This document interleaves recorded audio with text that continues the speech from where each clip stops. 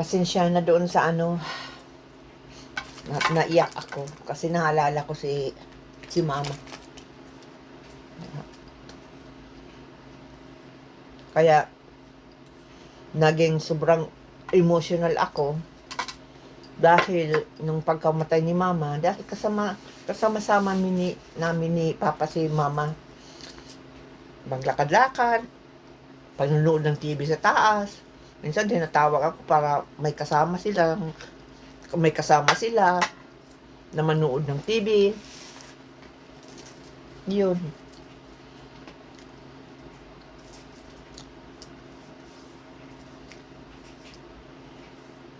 Kaya nga,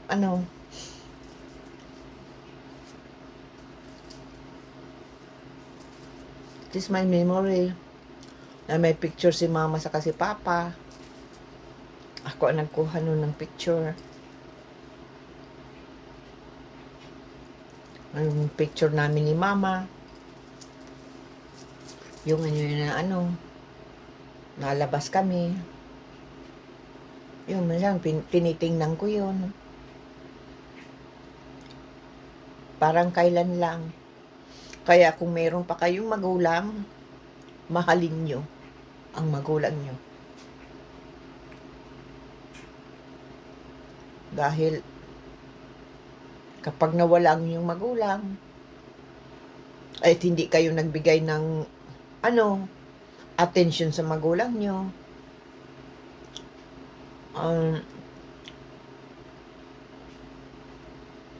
ma-regret kayo na hindi kayo nagbigay ng attention sa magulang nyo nung nabubuhay pa.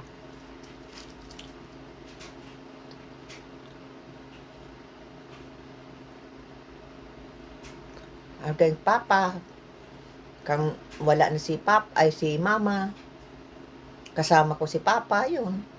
Nalabas kami ni papa, nalabas kami. Minsan yung na-hospital si papa dahil sa gallstone. Sabi ko noon, na, nakaharap sa bintana, naghuhugas ako. Ay sabi ko, ayoko mag-celebrate ng Christmas, ayoko mag-celebrate ng New Year.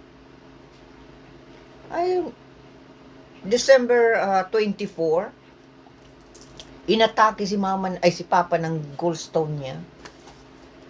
Nakasuot pa ako ng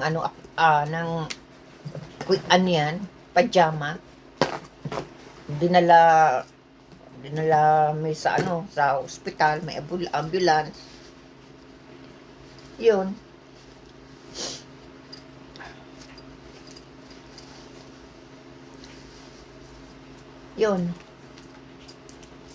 Kinabukasan Christmas, nakatingin ako sa bintana, nag-snow pa nun.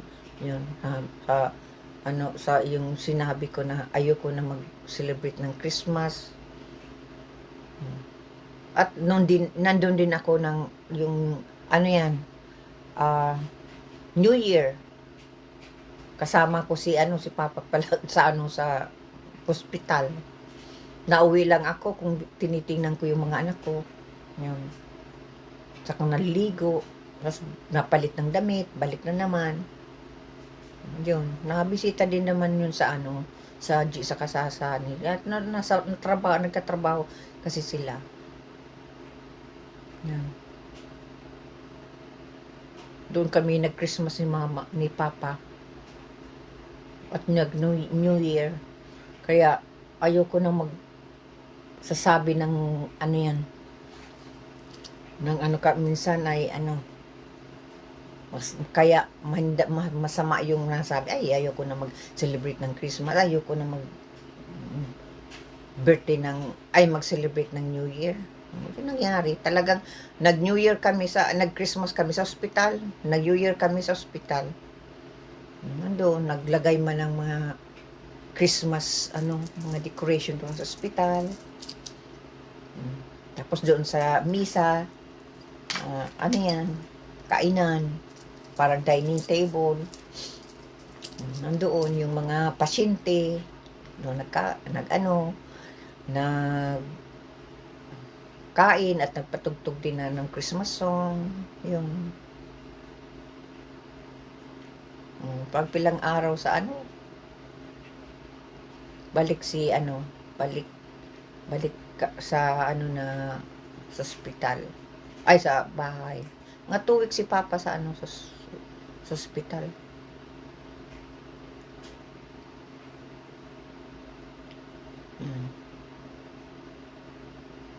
Grabe.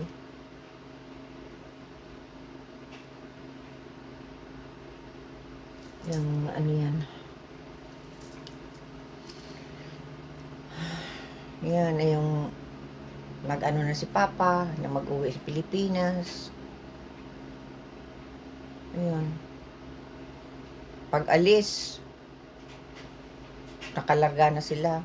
Pag hindi muna ako nagpasok sa kwarto ni Papa. Kinabukasan, ako sa pinto sa kwarto ni Papa, naiyak ako.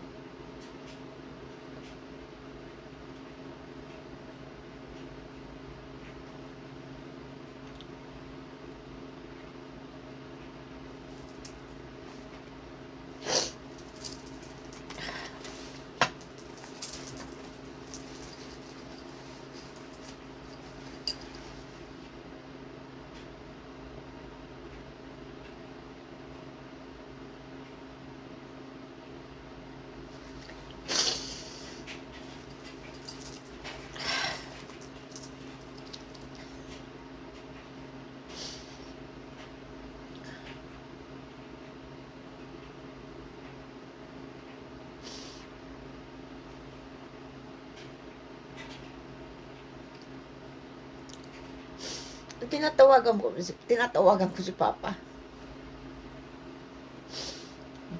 Okay man si Papa.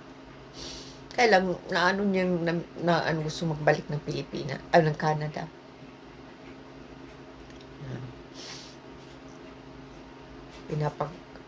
Kakausap ko si Papa.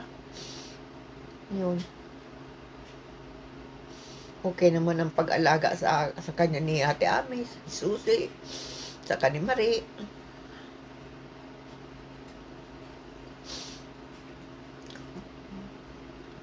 Kasi sana Papa ko na umuwi at magbisita. Kaya lang, hindi naman ako makauwi.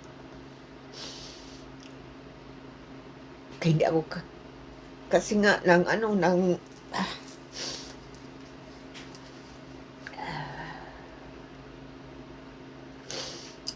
dahil sa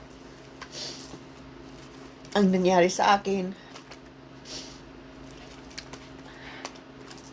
40 years, 40 years. Grabe ang yung stress na tinatago ko lang. Depression, tinatago ko lang. Kasi noon hindi ko alam ang depression. Nakatago lang yan. Pag ko sa ibang tao, yung nakala, okay lang ako. Pag ako nag-iisa, yun. Naalala ko yung mga nangyari sa akin. Yung mga pagmaltrato sa akin. Mga abuse sa akin.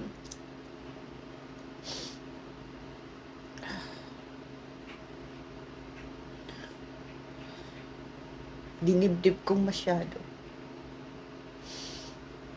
Yun. Nag-counseling ako. Pero kahit ako nag-counseling, minsan paniginipan ko rin. Kasi natulog ako doon.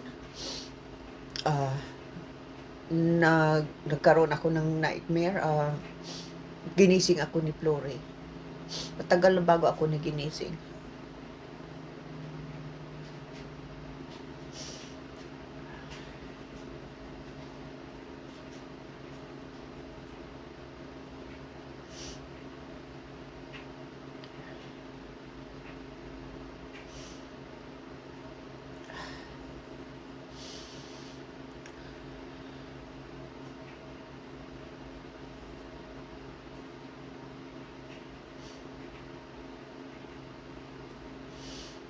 Ayun. Nagkasakit ako. Ang stress pala, yung depression, saka palagi kang naisip mo, yung parang naano mo ang mga ano, iyon, na ano pala yun.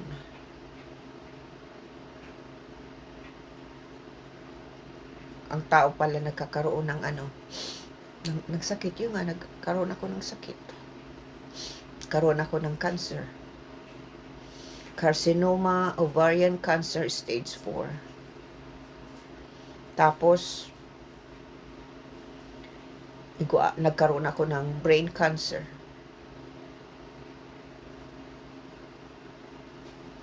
Kasi ang stage 4 pala,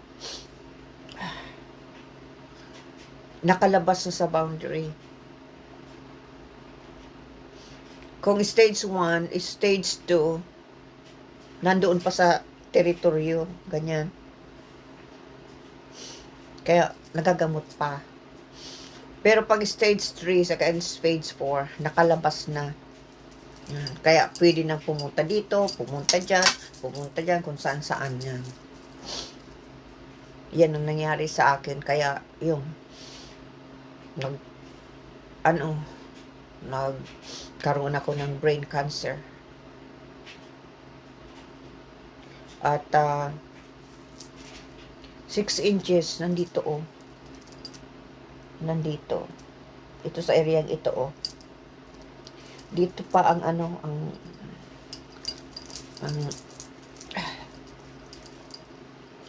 dito yung dito yung dyan pag ganyan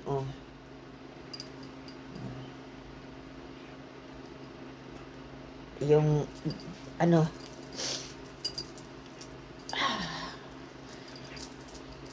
yan, yung inopera sa akin. Sa Vancouver ako din, doon ako inoperahan. Ilang araw ako sa ospital doon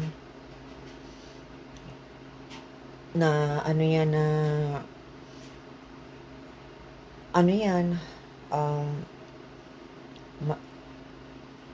yung sabi ng doktor sa akin nung inoperahan ako, nag-bleeding yung ulo ko. Blessing na hinto. Kasi kung hindi naghinto, patay na sana ako sa operating room. Noong November 26, 2004, ay 2024. Patay na sana ako. Kaya lang, yun, binigyan pa ako ng ng Panginoon na Jesucristo na ibinigay pa ang buhay ko.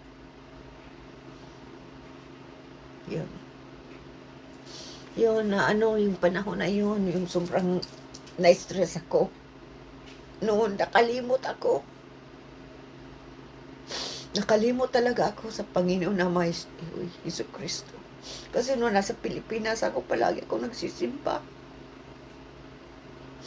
Pero nang dumating ako dito sa Canada at nagkaroon ako ng sobrang depression, stress, yung mga pag-abuse sa akin.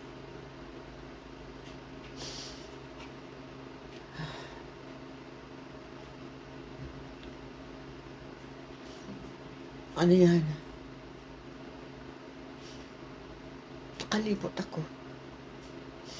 Saka yung mga nakaraan sa akin, pilit kong kalimutan talaga. Kalimutan. Pero bumabalik talaga sa isipan ko. Minsan, sa panaginip na mabalik.